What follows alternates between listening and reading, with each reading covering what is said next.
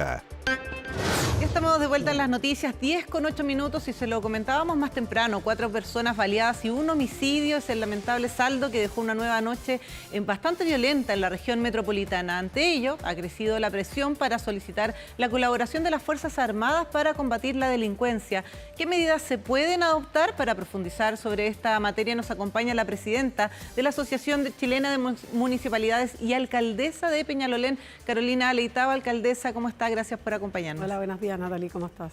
Bien, bueno, acá hemos estado abordando durante la mañana lo que pasó durante los últimos días, las últimas semanas, pero estamos amaneciendo este sábado además con 6 personas heridas a bala, un asesinato en Independencia y lo que hemos estado conversando, alcaldesa, ¿qué pasa con la seguridad en la región metropolitana? Usted como presidenta de la Asociación Chilena de Municipalidades, ¿qué es lo que están viendo con los demás alcaldes de lo que ocurre en la región?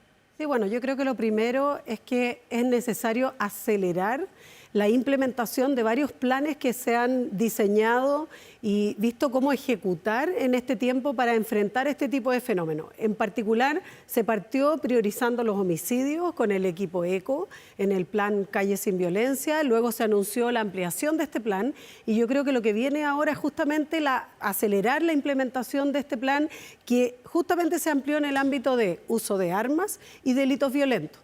¿Por qué? Porque lo que tenemos que hacer en la práctica es generar mayor eficacia en la investigación, en sacar armas de circulación, en investigar estos clanes que están circulando en distintas poblaciones de nuestro país, no solo en la región metropolitana, por supuesto, gran parte concentrado en la región metropolitana, pero también hay otras regiones que viven fenómenos similares y donde poder abordar de manera más eficaz este tema. Y por eso yo he planteado también el tema del apoyo de las Fuerzas Armadas en un momento de crisis como es este, para poder implementar acciones concretas de apoyo principalmente al ámbito de investigación, que es con lo que cuentan hoy día las Fuerzas Armadas, que tienen implementos tecnológicos y personal para poder apoyar la labor tanto de las fiscalías como de las policías para poder intervenir en este tipo de situaciones. Alcaldesa, se viene hablando hace bastante tiempo sobre el eventual apoyo de las Fuerzas Armadas. ¿Llegó el momento de que las Fuerzas Armadas cumplan algún rol de seguridad hoy?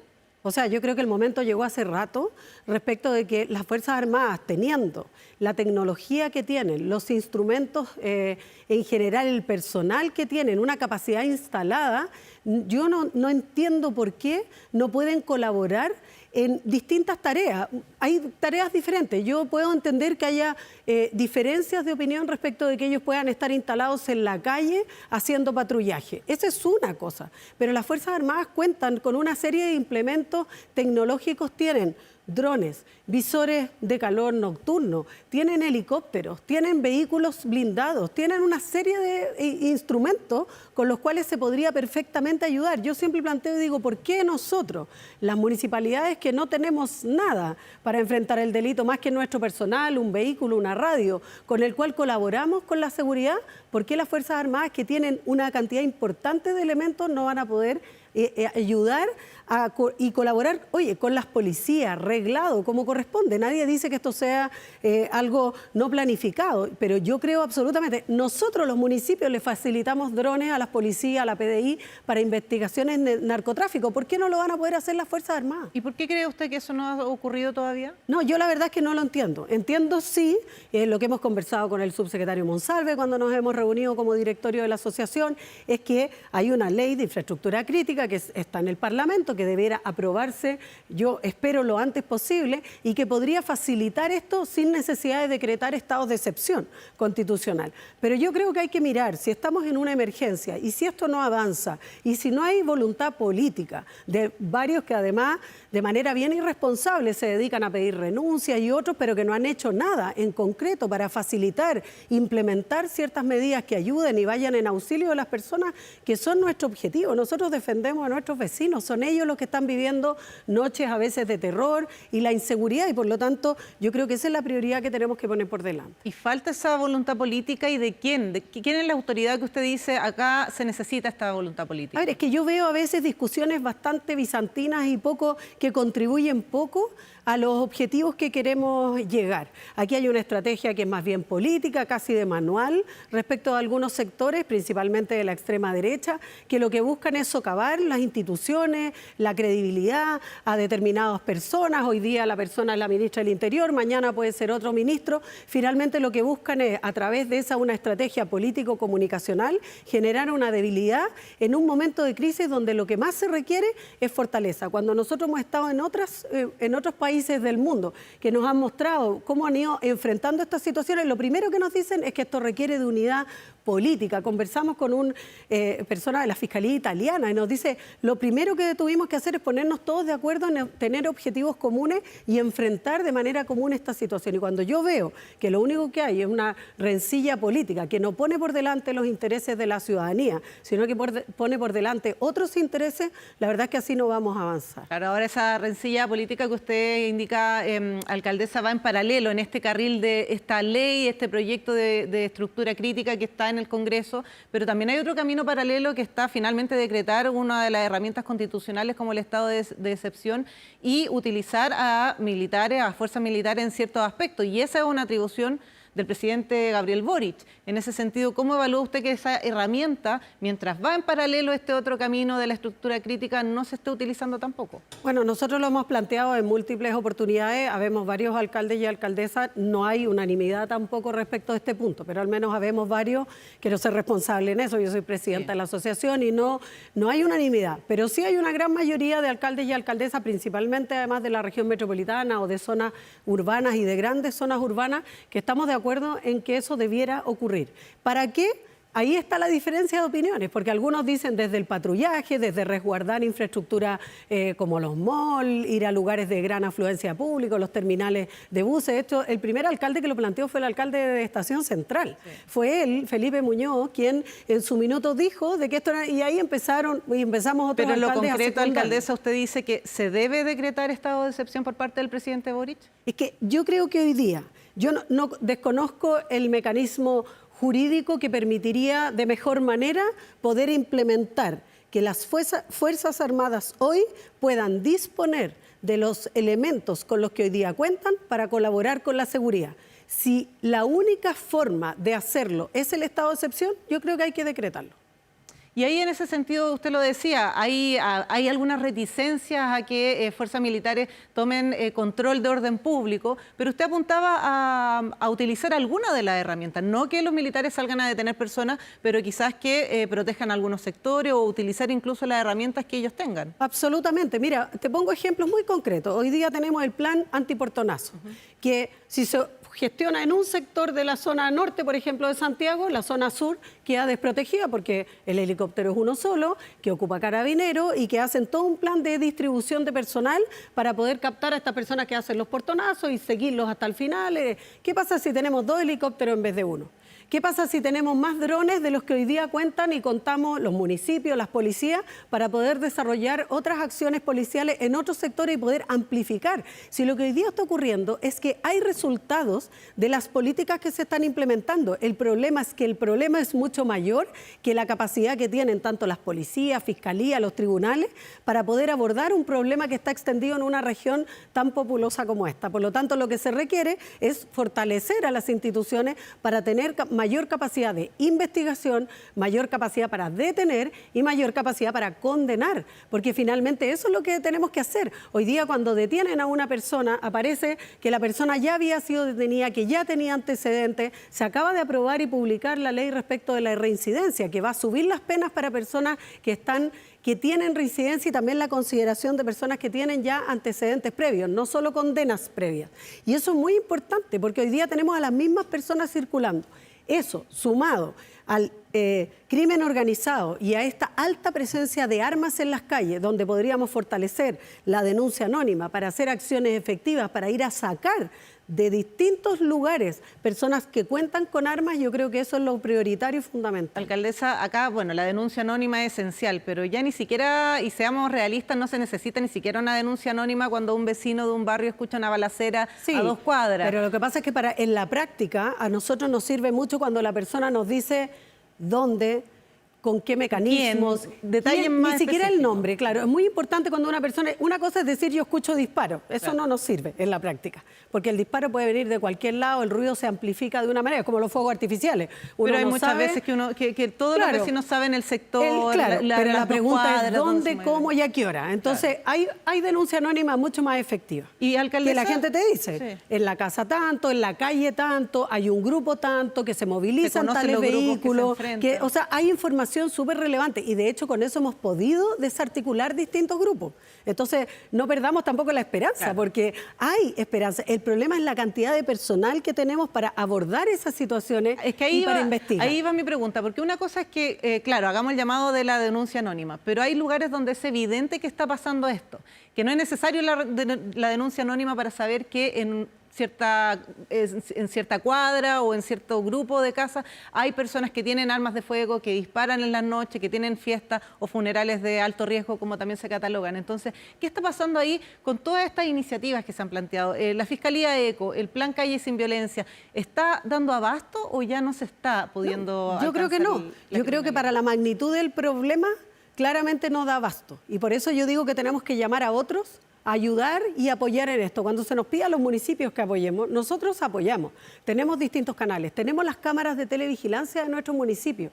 Incluso incorporar el trabajo municipal a la tarea de diseñar la acción policial efectiva. Hoy día los municipios no estamos siendo considerados de manera importante para poder hacer el diseño de esos operativos. Yo digo, ¿qué cuesta sentarse y mirar y decir, quizás no todos los municipios viven las mismas realidades, pero por lo menos aquellos que conocemos nuestros territorios sabemos perfectamente dónde están los focos más complejos en nuestros territorios. Pero ahí ustedes sienten que no han sido escuchados en cómo pensar la estrategia. Yo creo que no ha habido capacidad para poder sentarse a abordar esto ya en lo micro. Yo creo que hoy día estamos entre aquello que sale obviamente por la prensa, que genera toda una acción comunicacional que pone una presión sobre los tribunales, sobre la Fiscalía ECO, etcétera. Obviamente los homicidios como un foco principal y que por lo tanto tiene todo el sistema, digamos, dirigido hacia allá. Y yo creo que lo que falta es en el fondo priorizar el trabajo. Nosotros lo hemos hecho, por ejemplo, con la Fiscalía Oriente.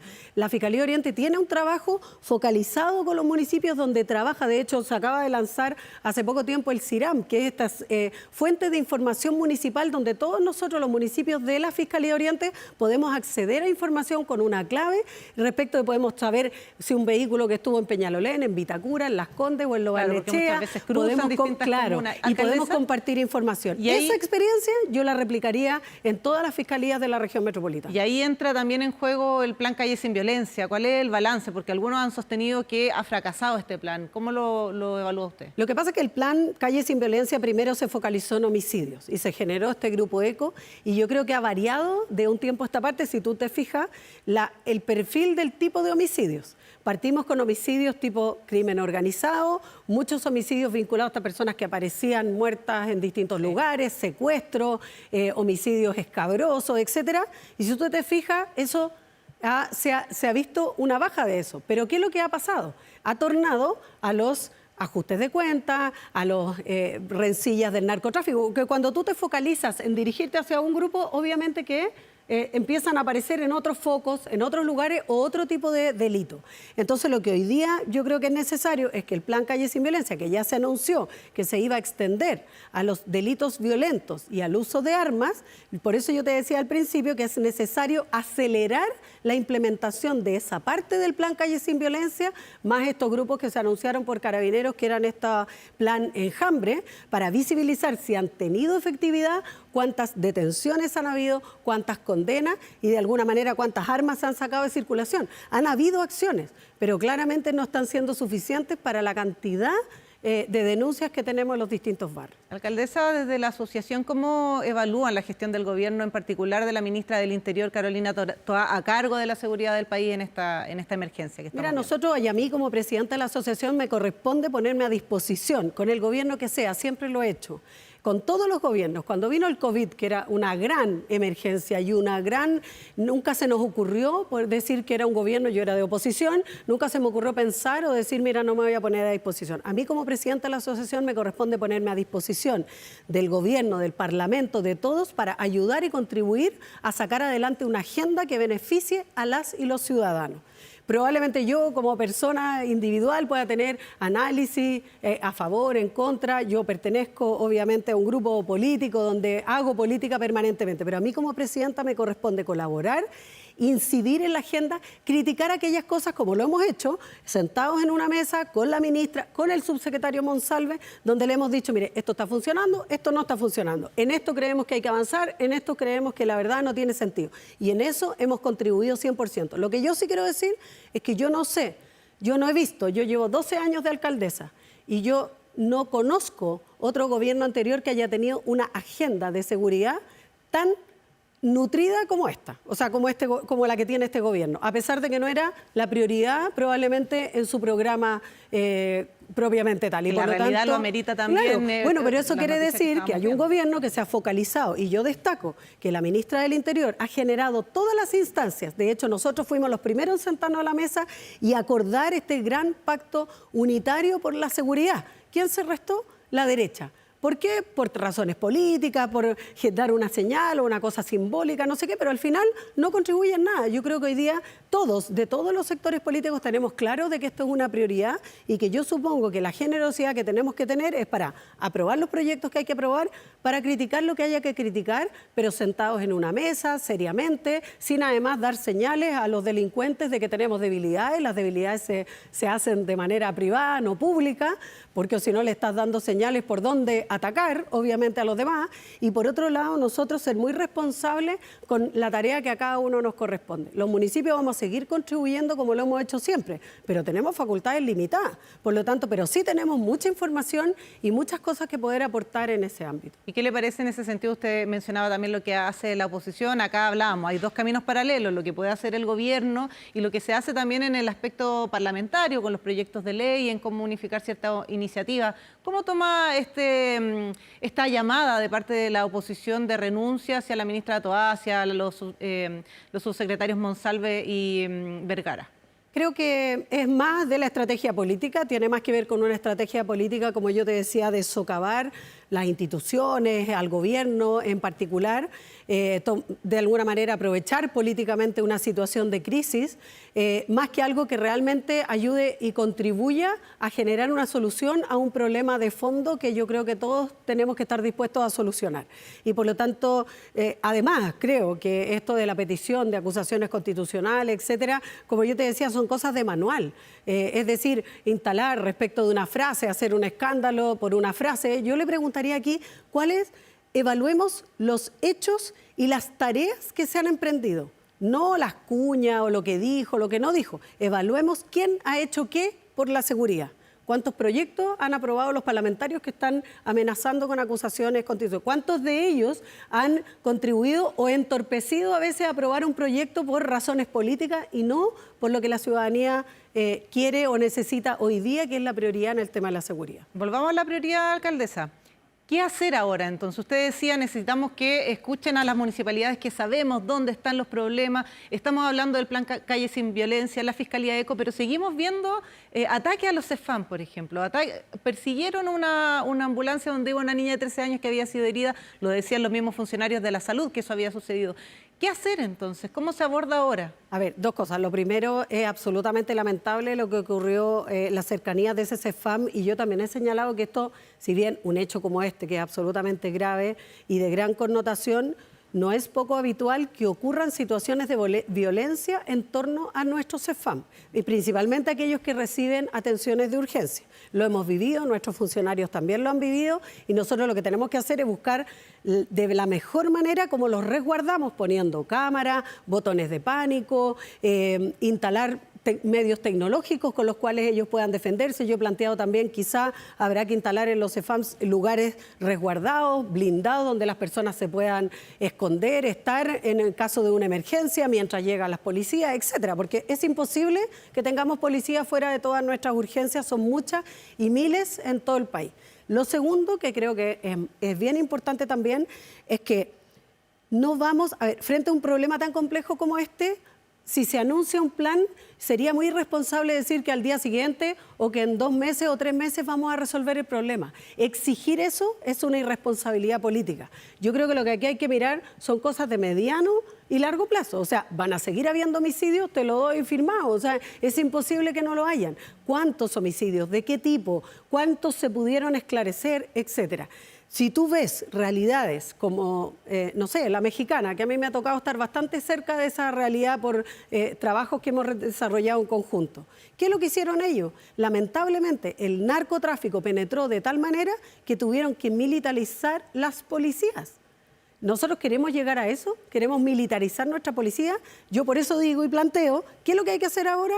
Acelerar la ejecución del plan, incorporar a los militares con las tareas que puedan hacer y que sea una colaboración coordinada, resguardada jurídicamente, y instalar también mesas de trabajo territoriales donde abordemos focos y prioricemos esos focos de dónde están las armas, dónde están las bandas y quiénes son los que están cometiendo distintos tipos de delitos. Y ojo, priorizando los delitos que afectan la vida de las personas. Bien. Carolina Leitao, presidenta de la Asociación Chilena de Municipalidades y alcaldesa de Peñalolén, muchas gracias por conversar de este tema tan relevante para todos los chilenos esta mañana. Gracias, Natalia.